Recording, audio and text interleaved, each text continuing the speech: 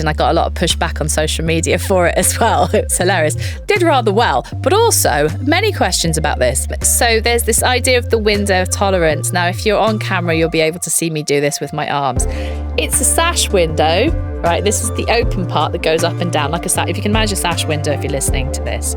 Sash window, there's a pulley bit on the side that goes bigger and smaller like this, right? The bit in where the window is open, that's called the window of tolerance.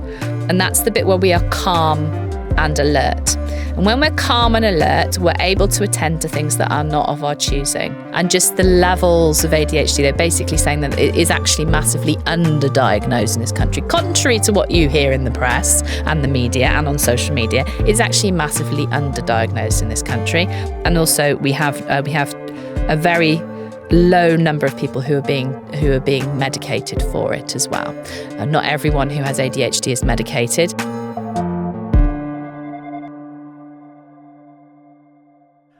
Welcome to the launch of our new podcast called The Debrief.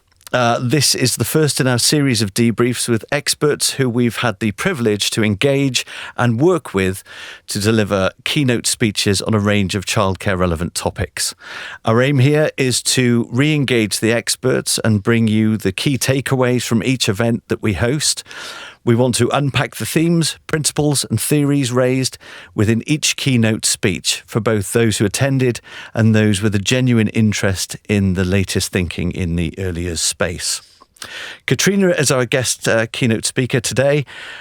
She took part in an exceptional Senko conference that we hosted with our wonderful partners, Monkey Puzzle Nursery Network, aimed at leaders and managers from all of their 90-plus settings across England. Catrina's approach is bold, it carries some serious weight, and is made even more exceptional by her own personal relationship with neurodivergence.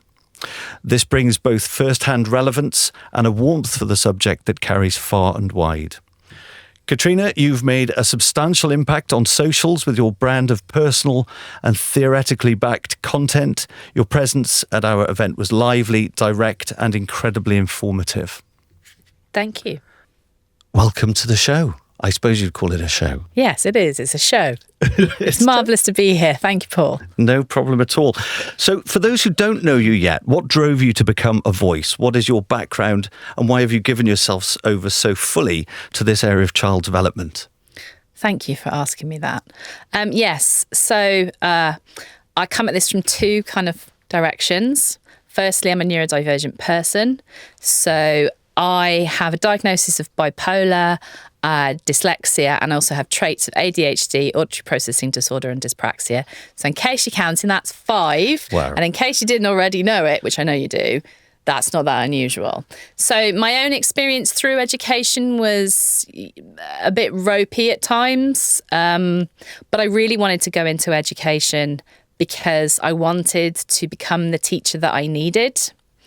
I'm really, really passionate about early years, although strangely, I was originally a secondary trained teacher. And I'm an experienced special needs coordinator, qualified teacher of SEND. I have a master's in autism, and I'm really, really passionate about improving inclusion for neurodivergent people. I work with nurseries and schools and colleges and businesses.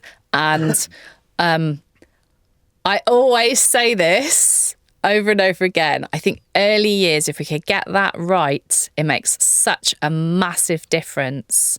And I think it's a hugely underrated part of our education system. That's incredible. That's absolutely incredible. I'd like to take a look at your speech in particular from the day and ask a few questions around that, if that's all right. Yeah, great. You said that learning self-regulatory skills is more important than learning to read in the early years. And you said this is a wild moment in your talk, and you actually filmed yourself doing it. I did, yeah. Such a bold statement. I did, and I got a lot of pushback on social media for it as well. It's hilarious. Did rather well, but also many questions about this. So ultimately, self-regulation is something that we're very, very keen on working with in early years. It's absolutely vital. Without self-regulation, you can't develop the executive function skills that you need to do the activities necessary for the academic and practical learning that you're going to do later. So it's probably the number one skill that we need above and beyond anything else. And in early years, we're uniquely placed to be able to do it at a time when children's brains are just developing at a hugely phenomenal rate. I'm sorry, I get quite excited about that. And ultimately, we need to have self-regulated adults in society. We fundamentally need them to be good people. Otherwise, they can't do any of the work or function in society. And there might be more, law breaking, etc. So I do feel that it is far more important to teach that than literacy. Whereas we have far too much emphasis, particularly on sort of early primary, preschool into reception. We have too much emphasis on the literacy side of things, and in my opinion, not enough emphasis on self-regulatory skills. And I know that's controversial, but I stand by what I said. I love that. I think that's fantastic. So how can early years teams balance emotional development with achieving learning outcomes? Well, there can be no education without regulation. So the regulation comes first. And really, the way in which you'll know whether a child is regulated is because they can attend to something that's not of their choosing. Mm-hmm. So if they can follow your instructions, then they're regulated enough to be able to do so. So from a sensory perspective, we call this being calm and alert. So if a child is within their window of tolerance and they are calm and alert, then they will be able to follow your instructions or follow your lead or get involved with the play that you've set up. If they're not, then they're not regulated. So you go back to regulation and then you can bring them into the activity you want them to carry out. Fantastic. If self-regulation truly comes first, what benefits could we see in the earlier settings? Oh, just huge benefits. It's just, there's not so much research into this in early years, but certainly when it comes to the school age, there's some really interesting research that's come out of Bath University around what's called the Thrive programme. So the Thrive is, it's a trauma-informed approach where you fill in interruptions in children's development, particularly those who've had adverse childhood experiences, using play-based therapy. And you can do this as a whole school approach. And what they've found out is that once children learn those really good self-regulatory skills, the academic progress they make is leaps and bounds. Because they're able to attend to those things. So if you extrapolate that down to early years, where we have much more opportunity because we're in a much more sensory environment, we've got the indoors and the outdoors, the possibilities are endless. I'm very excited about it. I don't know whether you could tell. I can tell, definitely tell. That's fantastic. And you mentioned during your talk that self-regulation always starts with co-regulation. So I'm really interested to know what an emotionally available adult looks like in practice during a busy day in nursery. Yeah, I mean, I think it's a very important question about staff well-being. It is incredibly busy, and also it's going to have an effect on your own sensory system first, because there's always so many things going on in a nursery environment. So the first thing about being an emotionally available adult is that you're able to regulate your own sensory system and to be calm and alert yourself, and to know when you need to just take a minute, have a drink, for example. Go to the toilet, all those luxuries that you get when you're working in a busy nursery. Absolutely. Take a comfort break, exactly. It's about looking after yourself first, because you can't pour from an empty cup, and making sure that you're calm and alert and you're inside your window of tolerance, because if you can't at least appear calm, then you can't lend the children your calm. And children learn calm from borrowing it from you. So you have to bring them into your calm. If you're not able to give that, then you need to swap out with someone else, regulate yourself first, and then move on. So it's a really big part of staff well-being, I think. It's that care for me to care for you atmosphere. Absolutely, yes. WMC Training is a leading childcare-specific apprenticeship training provider and the sponsor of this podcast. WMC Training is the natural choice for training and development based on the relationship that we build with our clients and our learners and the quality of our provision. To find out more, visit us at wmctraining.co.uk or call us free on 0800 6 44 68 77. What advice would you give to nursery managers to create an enabling environment for neurodivergence and to support staff with co-regulation? I think creating a neurodivergent friendly environment is an environment that's friendly for everyone. So first of all, you want preferably a low arousal sensory environment.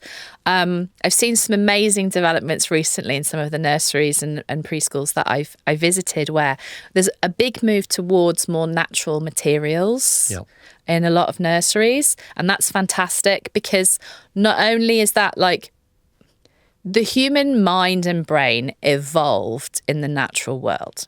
We have so much evidence that there's this thing called biophilia, which spending time outside is really calming to the sensory system. So bringing those natural materials in to your nursery is a really great way of doing that. But also it dampens the sound level down.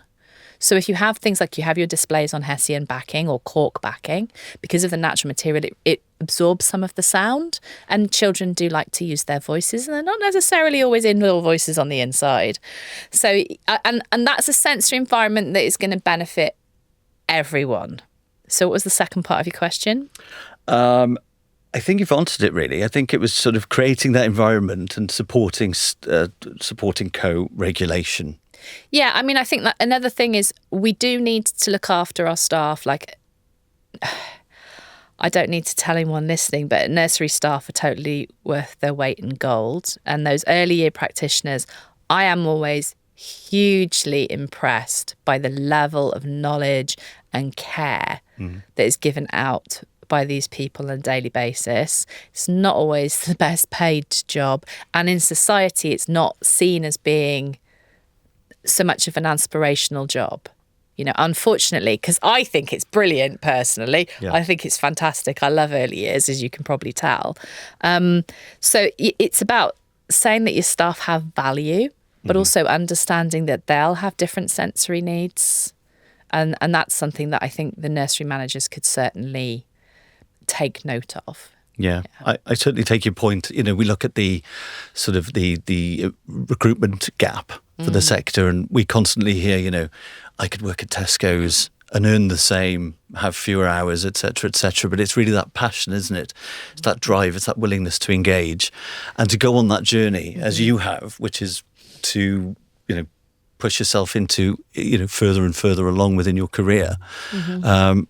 And take on more and more of the sort of academic side as you have. I think it's very inspirational. Thank you.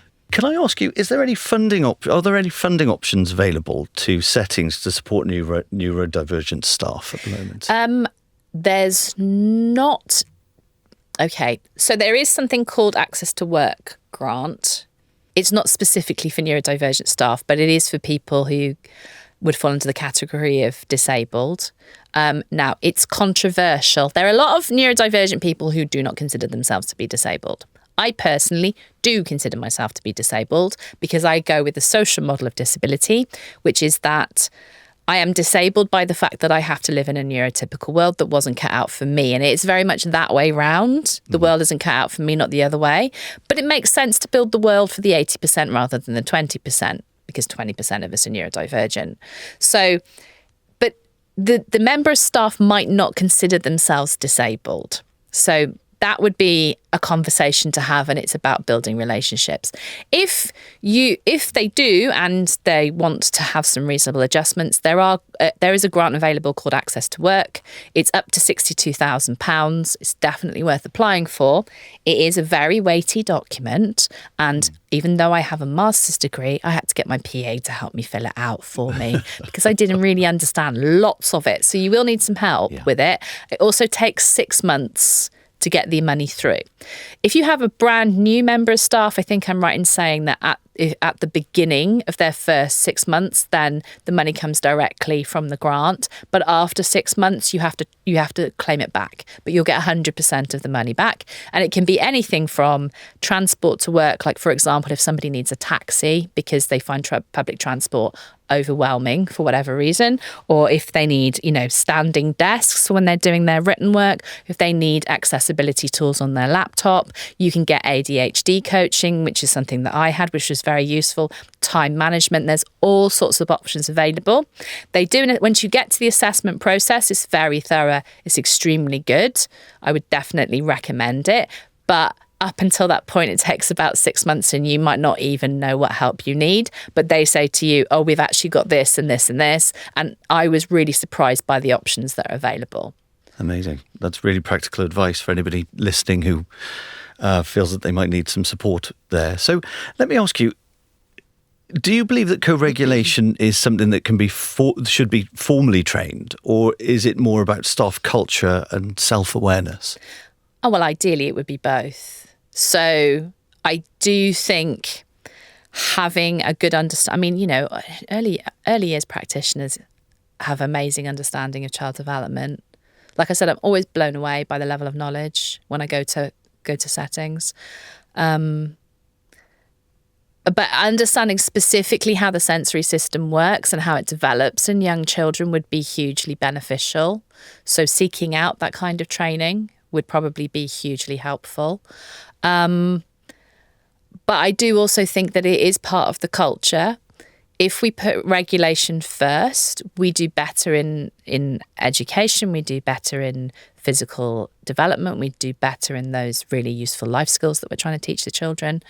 If we have a calm, alert environment, then that's great for everyone. And then also people don't go home with a headache either. Yeah, as well, absolutely. Which can be a problem when you're in a very loud, setting with like 85 kids or something. During your talk, you explained that all emotions come from the sensory system. Mm-hmm. Can you put into sort of plain terms for practitioners and managers out there who want to know more how this influences behaviour? Yes. So the way behaviour actually happens is we've got this kind of stereotypical kind of like sort of Disney view that you make a choice about your behaviour. Well, small children don't make choices about things. They're just very instinctive. So actually are bigger humans too. So we've got this idea that there's an angel on one shoulder, a devil on the other shoulder. If you listen to the devil, you're a bad person. If you listen to the angel, you're a good person because you made a good choice or a bad choice. Yeah, I've seen that film. That's not, that's not actually how we make choices, and that's not how behaviour happens. What really happens is you have a sensory experience. As a result of the sensory experience, you get an emotion, and due to the emotion, you act. So, for example, if the building next door was on fire now, we might smell smoke. We might hear the flames burning. We might see the fire, and then we might have fear. And the result of the fear, usually with fear, you're going to do fight, flight, freeze, or fawn. Those are the 4 options that you've got. But because we have been trained from being quite small, that when there's a fire, you call the fire brigade, you're going to probably get your phone out. You're going to be worried about the people in the building, etc., etc. The call handler who answers the call is going to talk you through a series of questions and also be able to keep you calm whilst they get that information. So when we co-regulate with children, we're the call handler. That's the role that we're playing. Okay, so that's how emotions happen, and that's what to do about them. It's not the stereotypical point of view. It's that we have a sensory experience, which gives us an emotion, and then we act upon that. Incredible. And how can practitioners tell when a child is over or understimulated? Yeah, I did a little bit about this, didn't I, at the conference? So there's this idea of the window of tolerance. Now, if you're on camera, you'll be able to see me do this with my arms. It's a sash window, right? This is the open part that goes up and down like a sash. If you can imagine a sash window, if you're listening to this. The sash window, there's a pulley bit on the side that goes bigger and smaller like this, right? The bit where the window is open, that's called the window of tolerance. And that's the bit where we are calm and alert. And when we're calm and alert, we're able to attend to things that are not of our choosing. So when somebody is a little bit hyperstimulated, it might be really exciting. They might have discovered a brand new toy and it's super exciting. So they're sort of exhilarated by the experience. So it's not necessarily a bad thing. That excitement is a really lovely human emotion to have, but they might be just a little bit up here, but it can just tip over into frustration, confusion, exhaustion, etc. And then that can knock over into a fight, flight, freeze, meltdown, shutdown scenario. And then there's at the other end of that, below the window of tolerance, that's what's called hyperarousal. So that is where you're getting not so much stimulation in something. It could be where you're lovely and calm. So you might be looking at a book in the book corner or doing some really good colouring in, and you're sort of zoned out of the world, and you might be a little bit numb to what's going on around you and disassociated. Maybe it can even make you a little bit lethargic as well. But that's not necessarily a bad thing. You're just super zoned into what you're doing and zoned out from the world. But then that can tip over because maybe you get interrupted in what you're doing and you're having a nice time. Then the frustration, confusion, etc. can happen. And at that point, then you can again escalate into a meltdown, shutdown scenario through fight, flight or freeze response to that. So ideally what we want to do is to kind of have that balance. So children have the full range of human emotions and the full range of sensory experiences. But if they get too low, then we need to lift them up a little bit. And if they get too high, then we just need to bring them back down a little bit. There's lots of wonderful ways you can do that through play. Fabulous. So how might the knowledge that you share change how we design play spaces and plan daily routines? Oh, that's a good question. Yeah, I was looking forward to asking you. Do you know this. what? I really want to hear from people. When people listen to this back, I would love to hear from you about what you've done as a result of this. That would be really interesting. I think I don't think it's about doing anything complicated. I don't want people to have to go out and buy loads of new equipment and yada yada. I just want you to use what you've got around you in different ways that are mindful. And like I said, I see amazing practice going on, but it's just like choosing an activity from equipment that you've already got and knowing that it's upregulating, or choosing one that you know is the same equipment, down-regulating. And I think the example I used was the bubbles. Do you want me to do the bubbles? Yeah, please do the bubbles. I enjoyed the bubbles. So most nurseries have bubbles. Most early year settings would have bubbles. So a way in which if you've got a child who is a little bit lethargic and they're just a bit down-regulated and you need them to up-regulate a bit, then a game you could play is you use the bubble wand or the bubble machine and you try and smack as many of the... I'm not going to do it because it's for the microphone. You try and clap as many of the bubbles as quickly and you see how many you can do in a short period of time. And you all run around smashing the bubbles up, and that's a very exciting thing to do. And that regulates them enough just so we can stay in the window of tolerance. And then on the other hand, if you've got a child who is just a bit too excited and they like bubbles, the thing you can do is you use the bubble wand or the bubble machine and you do a different game where you catch the bubbles in your hand and you try and look and see how many colours there are if they're old enough to be able to name colours, or you just try and catch the bubbles in your hand so that you can have that experience. So it's the same piece of equipment. One is up-regulating, one is down-regulating. And it's just thinking about what you've got around you already and thinking about ways in which you can use that really good play to just keep children in that window of tolerance. That's a lovely example. I'm sure that, and as you say, throw the challenge out there. I'm sure there are lots and lots of ways that people think of. And I really want to hear about it as well. I'm very excited about hearing about that. Superb. Now, one of your points in your keynote, you described hyperactivity ADHD as processing information incredibly quickly. Mm-hmm. And I think you used the example of thinking fast and slow, didn't you? That did they win the Nobel Prize for that study? Was that the thing? I'm not sure if it's the Nobel Prize, but there were certainly prizes. There's been some, actually, since we did this, there's been some new research into ADHD. Has there? Yeah, I know, it's very exciting, isn't it? Have you got anything you could share? So there was a study that came out, it was the beginning of November. They're called let me just check I've got this right, but we can always put it in the notes after, can't we? Right, so it's called the ADHD, the Independent ADHD Task Force, and just the levels of ADHD. They're basically saying that it is actually massively underdiagnosed in this country, contrary to what you hear in the press and the media and on social media. It's actually massively underdiagnosed in this country. And also we have a very low number of people who are being medicated for it as well. Not everyone who has ADHD is medicated. The other thing is it's unusual to get a diagnosis of ADHD before the age of 6. There would have to be very strong indications of that because it could be developmental. So sometimes children are just 4.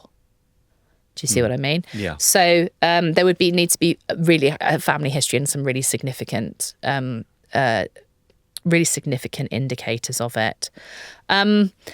What we would notice as practitioners would be the processing.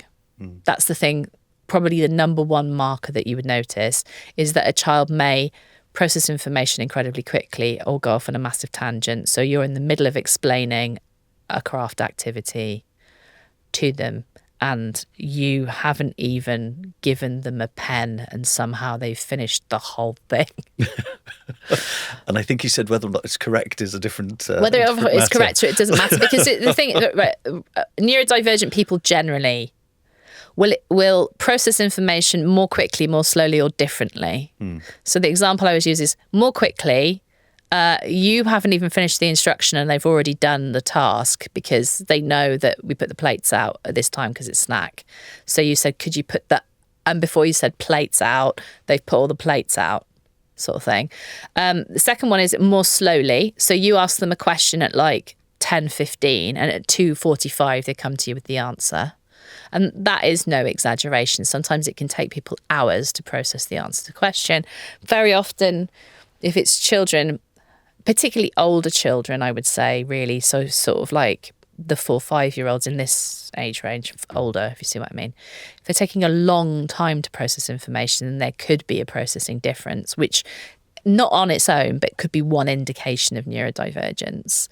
And the final one is just completely differently. So you thought you were talking about one thing and they totally think you were talking about something else. So the example I often use is, you think older children, you think you're doing a lesson on Victorians and they hand in a picture that they've drawn of an elephant. And somehow, somewhere in that conversation, you've mentioned elephants, but you can't remember. You can't remember. Well, do you know what? It's exactly what I used to do because I'm inattentive ADHD and I will get hold of part of a conversation that I like that's all spangly and fun and go 3 days into Catrina land, as my granddad used to say. So, yeah, you might just get a complete tangent of what you were talking about and you didn't know where that came from.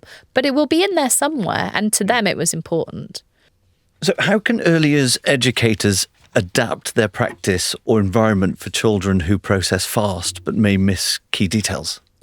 Visuals. Mainly visuals is the best thing to do. We do that in early years anyway. It's best practice to have visual timetables and now and next boards around because obviously these children are pre-literate. So it makes sense to have them. They're useful for all children. It's just part of inclusion. If you're doing an activity, the thing is, like, I feel like I'm a bit preaching to the choir when it comes to early years. You lay it out like you're laying the table. So it makes it very obvious what you have to do in the activity. Like you put your tough tray out and you put your little diggers out and you've put your oats or whatever medium you're using to dig them in, and it becomes obvious that you're supposed to be digging in this, the sand pit or whatever. So you lay the table and make it very obvious. Similarly, when you give instructions, having visual prompts to go with it. Now, I'm not expecting you to go out and laminate everything in the entire world here. It's not very good for the environment, and also it's really tiresome doing a lot of lamination. But I'm saying, like, if you say to them, you need a pen, you hold the pen up and then you wait until they have a pen in their hand. Right? And you can even do, if this is for the camera again, hold pen, point to pen, you need a pen. Like this. So when I say use visuals, you can use objects of reference, right? Like, would you like a drink? Holds up cup. Yeah. Right? But also it's very important that you pause after each instruction and wait for the processing time. Because even if it's too quick, they might not have got what you said. So leaving bigger pauses is the main thing, really. letting them have time to think about it. Your bubble play example, again, returning to that, showed how the same activity can either up or down regulate a child. How can practitioners decide which approach a child needs in the moment? Okay, so, right, we're not occupational therapists here. If you wanted to become an occupational therapist, you would have trained to do that. But you didn't. You became an early years practitioner instead. So what you need to know is that children can be hyper-aroused or hypo-aroused. Now, you can't do a full sensory assessment on a child in a nursery. As a general rule, if they're hypo-aroused, so they're up here, you want something that's calming. And the things that are going to be calming are going to be usually firm, deep pressure. So we call it heavy work. So heavy work means anything where you do pushing and pulling or climbing, for example, or, you know, if they're hanging from a climbing frame or they're pushing around like wheelbarrows, maybe with other children in. I don't know if that's safe. But something heavy that you carry, that will just ground you a little bit. So in the bubble example, you're moving slowly. Because you're moving slowly, that will weight you down a little bit. If a child is kind of lethargic and you need to upregulate them, then you need something that will affect balance. So the first one I should have said, that's proprioception. The sense that it's affecting, which is affected by heavy work, is called proprioception. And that is our external sense of body awareness. So when we bring that into the play, that's calming.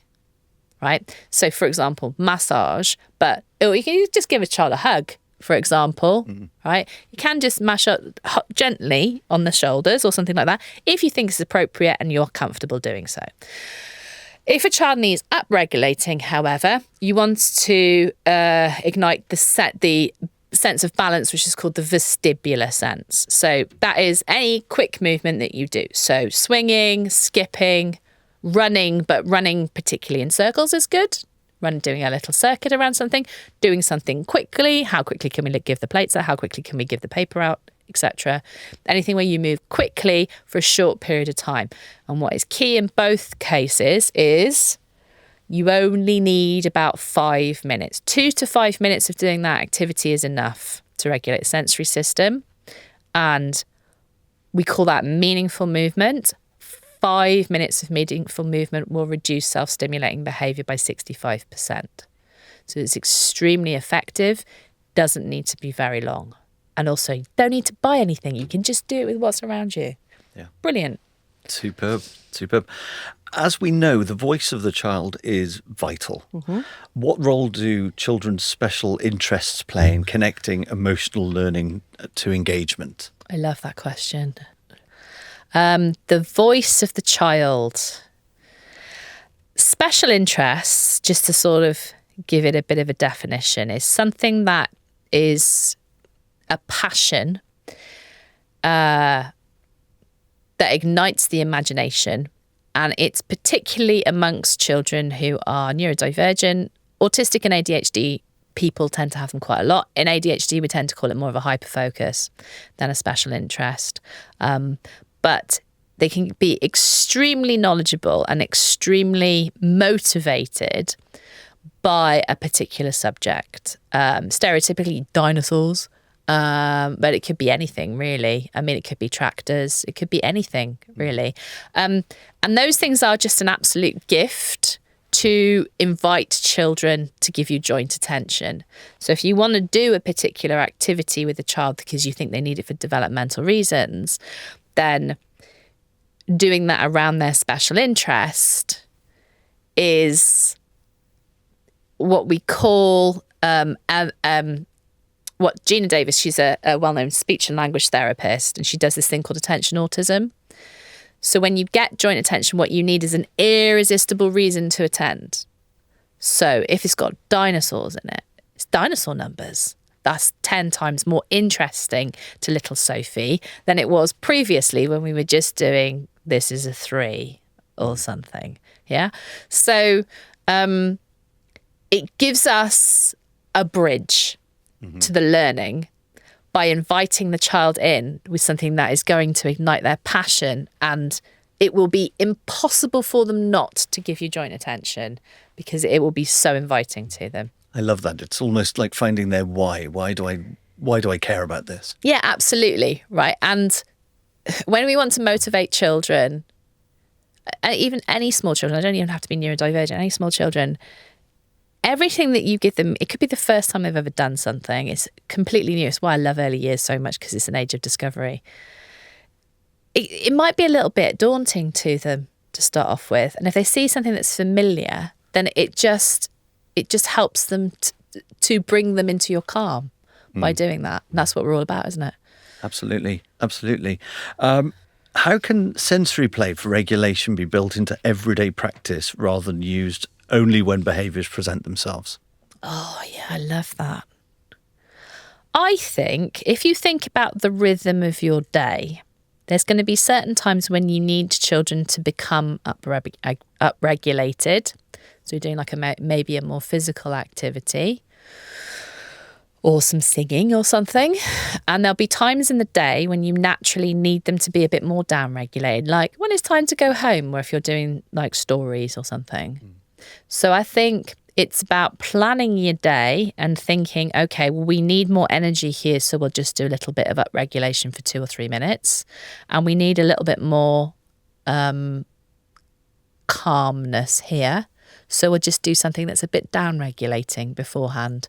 So, I mean, hopefully that's quite empowering for settings, because I want you to have the choice. I don't know your children. I don't know your setting. I don't know your staff. I don't know what equipment you've got available. I don't even know what shape your rooms are. They could be, hexagonal for all I know. You've got to adapt things to what you've got, but use what's around you and just lean into it, really. Yeah, absolutely. For managers listening, what are the key steps for breeding a culture of and co-regulation within early years settings from a leadership perspective? I think you've got to start with your staff. Because you wouldn't run in the nicest possible way, managers. If you have a day off, it might be okay. But if one of your staff does and you're a person down in one of your rooms, you're going to notice that. That's going to be tough, especially if you've got to get bank worker in or somebody. Yeah. So I think it starts with the staff well-being and making sure that the staff understand their window of tolerance and what they need themselves to do that. Because if you're asking them to lend their calm to the children, then they need to have the calm themselves. All right. And there's an old Buddhist saying that I like. I believe it's from Buddhism. I've always been quoting it as such, which is that compassion is about having a strong back and an open heart. And if we're going to hold the boundaries for these children, we don't know what they're bringing in with us on an every single day. We need to have the strength to have a strong back and an open heart. And we can only do that if our own well-being is being looked after. So if our staff feel confident that they're going to be supported and there's good relationships between staff, that's where it all starts. I agree. I think that emotional support from managers as well sometimes is vital, isn't it? Hugely, yeah. Yeah. That trust. So what are the biggest misconceptions about neurodiversity and self-regulation in earlier settings, do you think? Yeah, the one I get all the time online, every single day. Yeah, but it's not an excuse, though. It's not. No, it's not an excuse. It's not an excuse. I've never said it's an excuse, right? You can look at every single thing I've ever said, right? I'll guarantee you I've never said it's an excuse. It's context. Right, it's context for the why behind the behaviour. If you want to change behaviour, you need the answer to the question, why? And there's a 20% possibility that the child in front of you who's giving you those head scratchy moments is neurodivergent. So that is a possible answer. They still need to learn to self-regulate. They still need to be able to understand their sensory system. They still need to have boundaries. They still need to follow the rules. They need to learn the routines. We are trying to build an adult here, ultimately. So they absolutely have to do those things, but they might need reasonable adjustments. So like I said, we're going to have our boundaries all the time, but we're going to have compassion the way in which we work towards it. And the misconception is that I'm saying be permissive. That's terribly harmful to children it's never a soft option. We're not going to do that at all. What is incredibly important is that we have a balance between high levels of support and high challenge, and you absolutely can achieve both.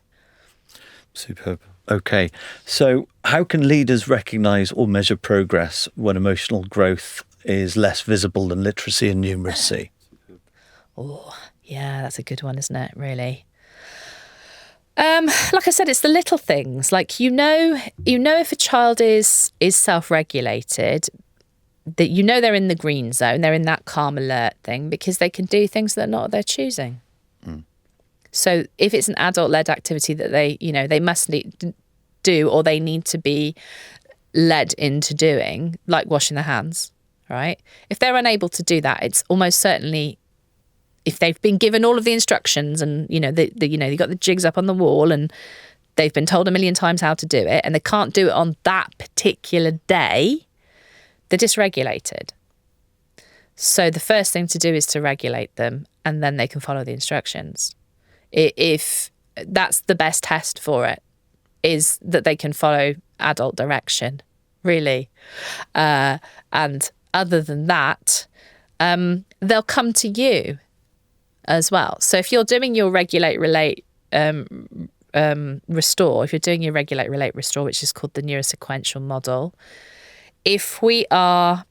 when there's particularly challenges, if we are responding, not reacting, and if we are relating to children about our own feelings, you come in and you've had a bit of a rubbish morning because someone cut you up on the motorway, or there was somebody really obnoxious on the bus on the way in, they'll go to you, what happened? Are you okay? Do you need to sit down? And they'll start suggesting things to you. Do you want to play with the bubbles? They'll start suggesting things to you to help you to calm down. That's how you know, because they're helping you to self-regulate, which is huge. But it can be done even with really small children. It's amazing. We've spoken about self-regulation and co-regulation, which are often strategies used with children who may be neurodivergent. So on that point, how do EHC plans feed into supporting children, practitioners and parents? With self-regulation?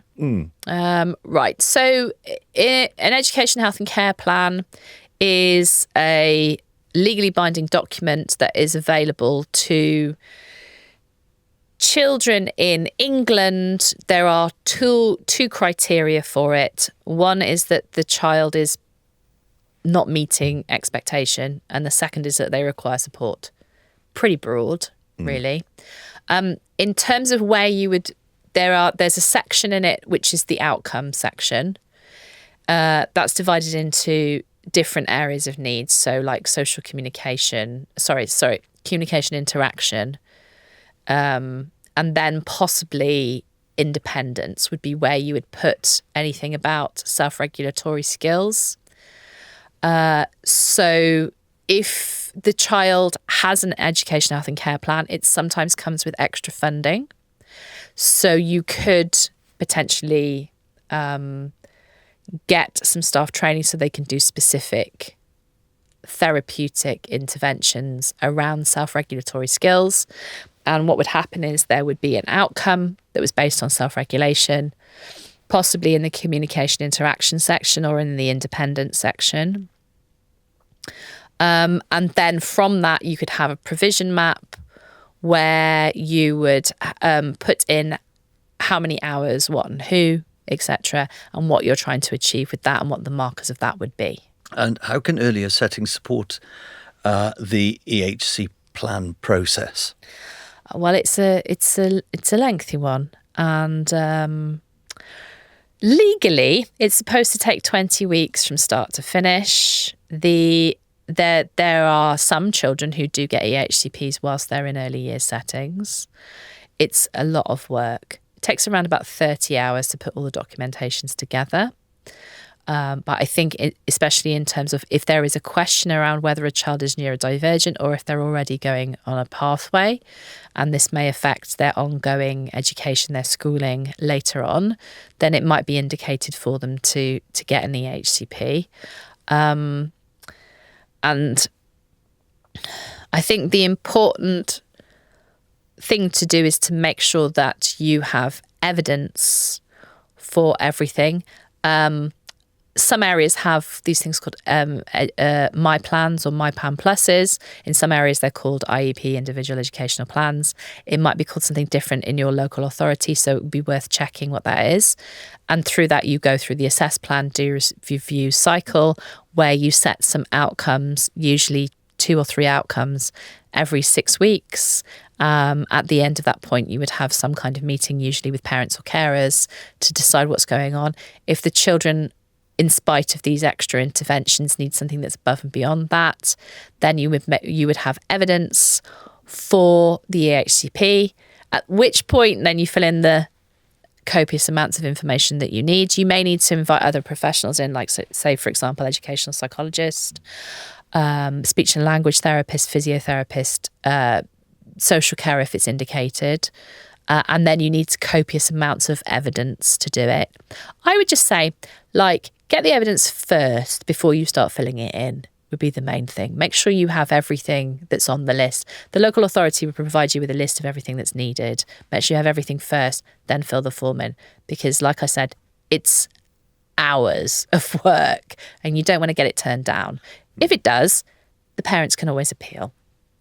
Sorry to have to say that, but that is usually what happens. Here's a cheeky one. If you could redesign early years policy tomorrow, what would be top of your list? Oh my goodness. The privilege of doing that. Right. I would put a lot of money and time into it. I think early years is the most important part of education. Everyone goes on about A-levels and GCSEs. They're not the important bit, really, at the end of the day. Can you actually even remember your GCSE results? Some of them, but not others, probably, really, years later as an adult. So, number 1 would be, I would put a lot of funding into it. Early years practitioners need a pay rise.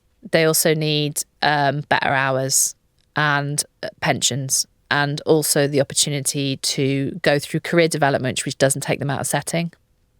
So ways to expand the grades sideways. So you've got specialties that happen within that.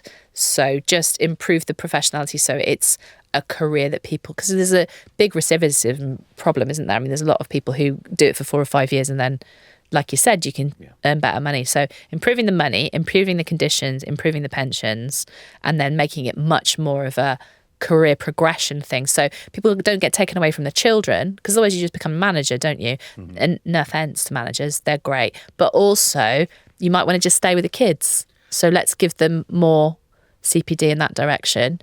I think also more money for buildings and outdoor spaces are hugely important.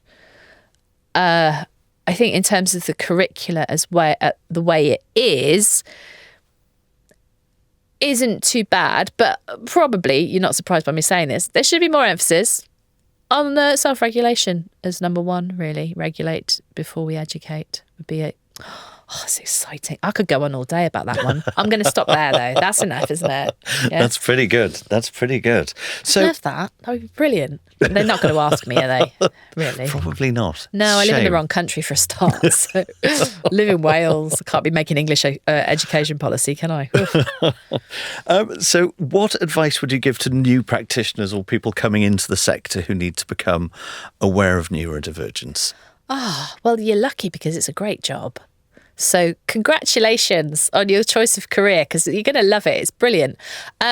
What do you need to know about neurodiversity? That there's a 20% chance it happens to everybody, because even if there is no obvious family history, there's still a 20% chance of doing it statistically. Most children are neurotypical, however. So a lot of the behaviours that you see will be neurotypical behaviour and may just be a developmental stage. One of the ones that people get a bit hung up on is schemas, when children get to that kind of 4-5-year-old real experimenting with the world thing. They go, they're lining up cars. It's not a sign of autism. Lining up cars is not a sign of autism. All children line stuff up and make towers over and over again and join one pits. Schemas are something that is a typical development. It's if they stay in one schema and they're just doing capacity on everything, and they're doing the same schema over and over again, then there might be a question about neurodivergence. So first of all, understand what is typical development and what might be different and how that diverts from typical development. And then secondly, there is a 20% chance you're right if you think someone's neurodivergent. So particularly what you're going to notice in early years is the sensory difference.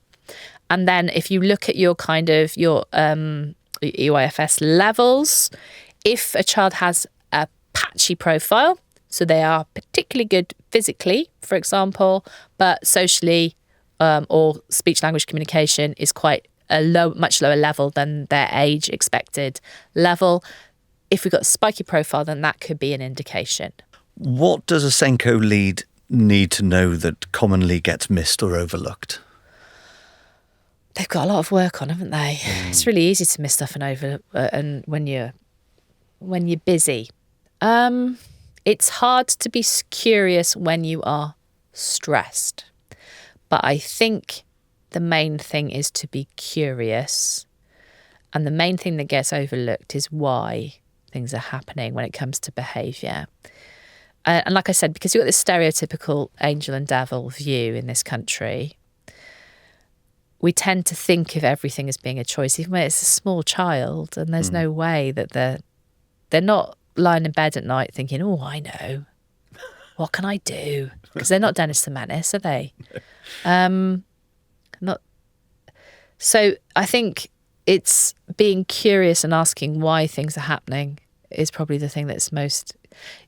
If you're a Senko, you're kind of a detective. Like I said, honestly, the chances of them getting a diagnosis for neurodivergent need in early years are very low, unless it's an obvious chromosomal abnormality or difference or like deletion, etc. Or if there's a really strong family history. So you're going to have to meet the need of what is you see in front of you. So being curious and asking why that happens, being a detective, I think, is the main thing, really. And as a nursery manager or owner, spinning lots of plates and managing lots of stakeholders and demands and expectations, what's a common sense approach that can help them to bring clarity and action in this area for their business? I think it probably is the same. It's about being curious why things are happening. Understanding that neurodivergence can affect staff as well as the children. When I say affect, that makes it sound really negative. Understanding that neurodivergent people have skills. And actually, there's a lot of good reason why we should work in early years. Like, see if you've got ADHD. ADHD people are really good in a crisis. We tend to run towards trouble. So if you need somebody who loves constant newness all of the time, ADHD person would be a great person to work in your nursery. If you need somebody who wants attention to detail, maybe an autistic person. If you need somebody who's quite strategic and see the broad overview, say dyslexic. I am stereotyping a bit. There are some people who aren't very good at those things who fit into those neurotypes. But being curious about your staff and how you can deploy their neurotype as well as their skills and their qualifications is a good idea. But also being curious about what you can do with what you already have to make the environment more conducive for your neurodivergent staff and also children. Excellent. Thank you. We've reached the end. Wow. I had such a lovely time as well. Have you enjoyed it? Yeah, I've really enjoyed listening to you. It's been really so good. insightful. Yeah. And it's lovely to hear those, you hear those bold statements and what's behind those and learn a lot more about that. I think it's really, really insightful. I'm really grateful to you. Can I ask you one more question? Is there anything you wished we'd asked because you really want to sing from the rooftops about it? That's a good question, actually. Do you know it'll occur to me as soon as I walk out the studio? Absolutely, It's going to happen, isn't it? I'm sure of it. It was an unfair question. It really put you on the spot. No, it's good. I like it. I like thinking. It's good, and I like questions. So it's like I'm at a podcast, isn't it, really? No, I don't think so. I think you've been very thorough, Paul. Thank you very much. Well, It's been an absolute pleasure. And Likewise. I'd just like to know, for anybody listening, where's the best place to catch up with your content and find out more about you? Sure. Well, my website is www.neuroteachers.com. I am on all social media platforms as @neuroteachers, apart from Twitter, and you know why. I'm not going to explain why. I'm not going to explain why I'm not on Twitter. It's just disgusting. Yes, but I'm all social media platforms as @neuroteachers. So you're welcome to follow me. If you do, send me a message. And if there's something that I've said in here that's resonated with you, then please do let me know how you got on. I respond to DMs, and you can also comment on my reels as well. Thank you so much for joining us. And we look forward to more content from you in the future. Thank you.